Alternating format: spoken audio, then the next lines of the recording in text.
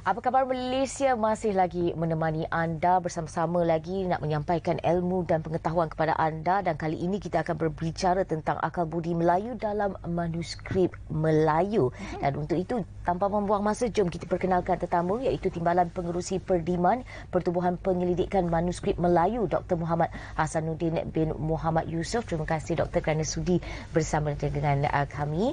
Dan di awal ini kita nak tanya jugalah apa yang boleh kita faham tentang manuskrip Melayu ini. Bismillahirrahmanirrahim. Assalamualaikum warahmatullahi wabarakatuh. Yang pertamanya saya ucapkan terima kasih kepada pihak bernama kerana sudi menjemput saya pada pagi ini. Manuskrip Melayu ini adalah penulisan hasil karya ilmuwan-ilmuwan ilmuwan zaman dulu yang mereka telah menulis dalam bahasa Melayu dalam pelbagai bidang. Maknanya mereka telah menumpahkan ilmu pengetahuannya ke dalam bentuk penulisan dalam pelbagai bidang, sama ada bidang agama, bidang sejarah, bidang sains, perubatan dan sebagainya.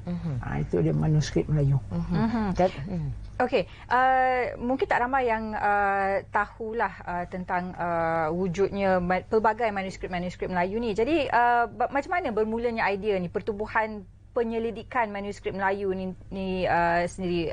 Siapa antara orang kata founder pertubuhan, dan macam mana dapat orang kata inilah untuk datang bersama-sama untuk mengkaji manuskrip-manuskrip Melayu ni? Asalnya kami ni seramai lebih kurang 10 orang lah. Kami ni memang peminat manuskrip, sama-sama minat kan. Dari pelbagai latar belakang lah. Yang pengerusi Ustaz Nasir Sobri ni dia perubatan, dia sedang belajar dalam perubatan. Kemudian saya timbalan, kemudian ada lagi guru-guru agama juga terlibat juga. Yang kami ni sama-sama minat dengan manuskrip. Jadi kami melihat ni sangat banyak manuskrip yang masih belum kita bongkarkan. Jadi kami ambil inisiatif ini bersama-sama, kita meneroka. Kalau manuskrip itu ada di tempat-tempat yang memang sudah diiktiraf atau terjaga, seperti di perpustakaan negara atau di mana-mana tempat lah yang memang orang sudah tahulah, kita akan berusaha untuk keluarkan ilmunya. Banyak manuskrip ni banyak tersimpan Perpustakaan Negara Malaysia, Perpustakaan Negara Indonesia, di luar negara saya dah pergi sampai ke British Library di London. Manuskrip banyak, tetapi sayangnya masih banyak lagi yang tidak dikeluarkan. Ilmu itu tidak dikeluarkan. Itu maksudnya kalau dalam isi kandungan dalam manuskrip itu lah. Kalau itu yang kita sudah tahulah. Yang kita belum tahu ni kami jejak ke rumah-rumah. Saya sudah pergi, saya pernah pergi ke selatan Filipina, saya pergi ke selatan Myanmar, saya pergi selatan Thailand, yang mana banyak dulu ulama-ulama yang telah menulis dalam bahasa Melayu. Ke Indonesia, hampir 70% daripada Indonesia ni saya sudah jejak lah. Ada penulisan yang saya buat berkaitan dengan manuskrip Melayu itu. Jadi kami tak ambil dan kami tidak beli. Kami biarlah mereka simpan, tapi kami ambil, kita scan. Kita minta izin untuk scan, kemudian kita berusaha untuk keluarkan apa ilmu dalamnya. Yang ini yang sangat menarik. Kita akan tahu banyak rahsia-rahsia tersembunyi. Ini sangat menarik. So apa manuskrip contoh yang doktor dah bawa ni? Ini manuskrip apa ilmu yang kita dapat? Ini yang paling baru. Rasanya dalam tak kurang daripada tempoh sebulan, dalam 2 minggu lepas saya bersama dengan pasukan Perdiman ni kami ke Lingga. Antara manuskrip yang kami jumpa ini adalah tentang ubat sopak. Inilah ubat sopak. Pertama, jintan hitam dengan cuka. Banyak lagi lah. Ini kitab perubatan. Maknanya kita nak gambarkan sini, orang Melayu dulu sudah tahu macam mana nak merawat penyakit sopak itu. Saya tak bawa yang inilah, yang ni saya cuma print lah. Ini juga tentang sains. Ini bagaimana membentuk warna manuskrip ni. Macam mana nak buat warna hitam, macam mana orang dulu nak buat warna merah, macam mana orang dulu nak buat warna biru, ada dalam manuskrip. Itu macam mana tu doktor nak hasilkan warna merah? Dia kata jika hendak mencelup merah, ambillah nira nyor. Ada lagi lah, panjang lah disebut tu. Okey, faham. Yang ini cara-caranya. Okey, baik. Jika hendak mencelup hitam, ambil air niur, kemudian dimasukkan besi, disepuhkan di dalam air niur itu. Itu antara cara-cara dia. Dan yang terakhir itu pula. Yang terakhir ni tentang keris. Keris? Ini bagaimana cara-cara membuat keris, apa amalan-amalan tukang keris membuat keris. Banyak sangat ilmu dia. Ada ilmu tentang mengukur bumi, ada kami jumpa. Macam-macam lah. Sangat menarik. Macam doktor sebutkan tadi, manuskrip-manuskrip yang telah dijumpai ini tak akan dibeli daripada mereka, tak akan ambil semula. Kenapa? Kenapa tak nak orang kata kumpulkan semua, dan mungkin satu hari nanti adakan satu galeri di mana semua manuskrip-manuskrip ni boleh terkumpul dan orang ramai boleh tengok dan boleh baca sendiri mungkin. Yang pertamanya, saya melihatlah, bukan semualah pengalaman sebelum ini, sebenarnya nilai manuskrip sangat tinggi. Kalau kita tawarkan kepada pemilik itu dengan harga yang murah, saya rasa kita telah mengeksploitasi pemilik itu. Faham. Biarlah mereka simpan, kalau mereka tahu, dan kita terangkan nilai dia. Jangan simpan betul-betul, kita kalau begitu jumpa, simpan. Jangan dijual, jangan apa. Kalau mereka nak tak berminat melupuskan, kami nasihatkan serahkan kepada pihak-pihak yang seperti pusat negara lah, akib negara lah, yang ni lah. Kecuali kalau dia betul-betul tak nak lah. Dia betul-betul tak nak, memang dia tak nak, dia jual, barulah kami ambil. Kalau kami nak pujuk jual, tidak. Itu bukan. Sebab manuskrip ni sangat berharga. Yang mana, dan selalunya pun mereka tak nak. Selalunya mereka yang simpan ni dia pun tak nak jual. Tapi kalaulah ada yang nak jual tu, kita menasihatkan dia kalau boleh jangan jual lah, sebab ini yang sangat mahal kan. Kalau kita nak beli dengan harga tinggi, kita tak sanggup, sebab kami ini memang persendirian kan. Betul. Kalau kita nak beli dengan harga murah, kita rasa macam dah menanya dia. Nilai dia tinggi. Yang itu yang kita tak nak tu. Kita cuma nak ambil ilmu dia saja. Jadi kami ada alat untuk scan lah, kita tangkap gambar tu. Daripada situlah kita, yang inilah antara contoh yang telah saya hasilkan. Ini manuskrip daripada Perpustakaan Negara Malaysia dan Perpustakaan Indonesia. Dan kebanyakan manuskrip-manuskrip Melayu ni semua umurnya berapa? Anggaran umur dalam berapa tahun? Pelbagai tahun. Daripada yang daripada yang abad ke yang paling tua lah. Kalau ikutkan yang saya pernah tengok, yang paling tua, kalau ikutkan daripada abad ke 16 pun banyak. 16, abad ke-17 dan pelbagai tahun lah. Dan doktor, dan semua abad ada. Dan dalam buku ini juga saya nampak banyak daripada Belanda.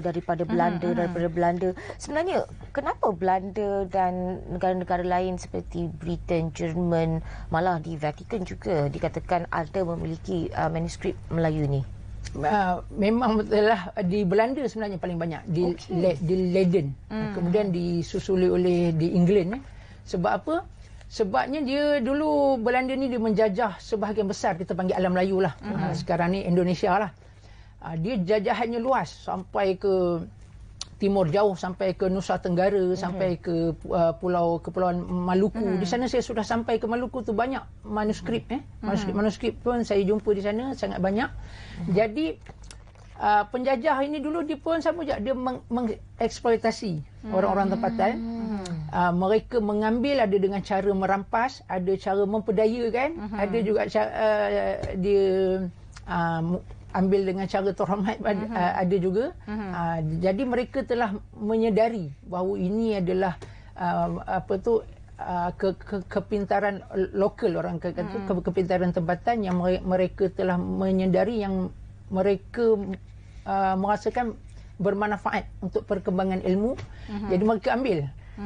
Dengan sebab itu banyak sangat dalam penyelidikan yang telah dilakukanlah setakat ini, ada tak mungkin penemuan-penemuan yang sebenarnya dalam manuskrip Melayu lama tu dah lama ditemui, tapi ada persamaan dengan mungkin sains moden sebenarnya, dan sebenarnya menunjukkan ketamadunan Melayu tu sendiri dah memang hebat daripada dulu lagi? Kalau kita tengok, banyaklah dalam perubatan lah, sebagai contoh ni kan, ilmu merawat demam, merawat batuk dan sebagainya, itu sudah ada. Kemudian ilmu keris ni, dia ilmu menempa besi itu. Dalam manuskrip disebut bahawa ada pelbagai jenis besi. Maknanya orang Melayu dulu sudah pandai menilai jenis-jenis besi. Besi kantan lah, besi malik lah, besi kursani. Banyak macam jenis besi. Mereka sudah mampu untuk menggabungkan besi-besi itu, dan mereka tahu kalau besi ini dicampurkan besi ini, bagaimana kualiti yang terhasil. Kalau ni campur dengan ni, bagaimana pula yang baik untuk menyerap air, yang kurang baik menyerap air, yang tahan ni semua ada ni ilmu-ilmu yang sudah ada daripada zaman dulu. Maknanya banyaklah kepakaran orang Melayu sebenarnya yang telah pun diambil daripada orang-orang luar. Ya, banyak. Baik, Doktor, sebenarnya kita nak tahu juga apa perancangan Perdiman ini untuk tahun-tahun mendatang dalam orang kata mengangkat darjat manuskrip Melayu ini. Inilah dia, kami akan sentiasa bergerak untuk mengkaji, untuk menjejak manuskrip yang ada. Kita akan sentiasa pergi ke mana sahaja, ke rumah-rumah, ke institusi yang ada manuskrip yang berada di rumah. Kami cuba selamatkan dengan cara menasihati pemilik lah supaya jaga dan sebagainya. Dan kami ambil ilmunya.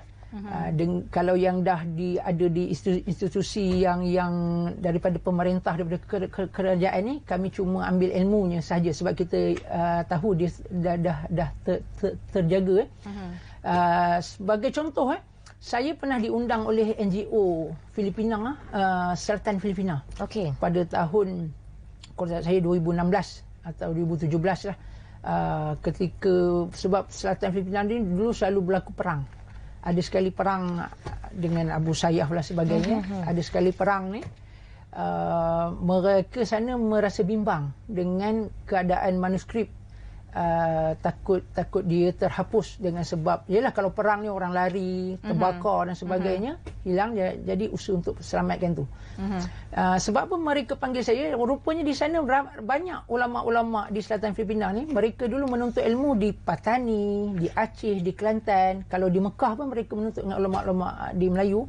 Jadi banyak manuskrip yang ditulis dalam bahasa Melayu. Baik, Di Selatan Filipina. Walaupun zaman sekarang ni, generasi sekarang ni yang dah tak ada, kurang lah yang boleh berbahasa Melayu ni, susah nak jumpa. Tapi kitab di zaman-zaman dulu, nenek moyang mereka dulu banyak berbahasa Melayu. Baik, terima kasih Dr. Muhammad Hasanuddin bin Muhammad Yusof atas perkongsian dan usaha yang dilakukan dalam menaikkan darjat manuskrip Melayu ini. Terima kasih sekali lagi, dan itu sahaja yang dapat kita kongsikan untuk sesi kali ini, dan diharapkan kepada anda semua juga segala perkongsian kami ini dapat memberi inspirasi dan solusi kepada kehidupan anda. Apa-apa lagi. Seperti biasa, jaga diri, jaga kesihatan semua. Sampai terakhir. Assalamualaikum. Bye.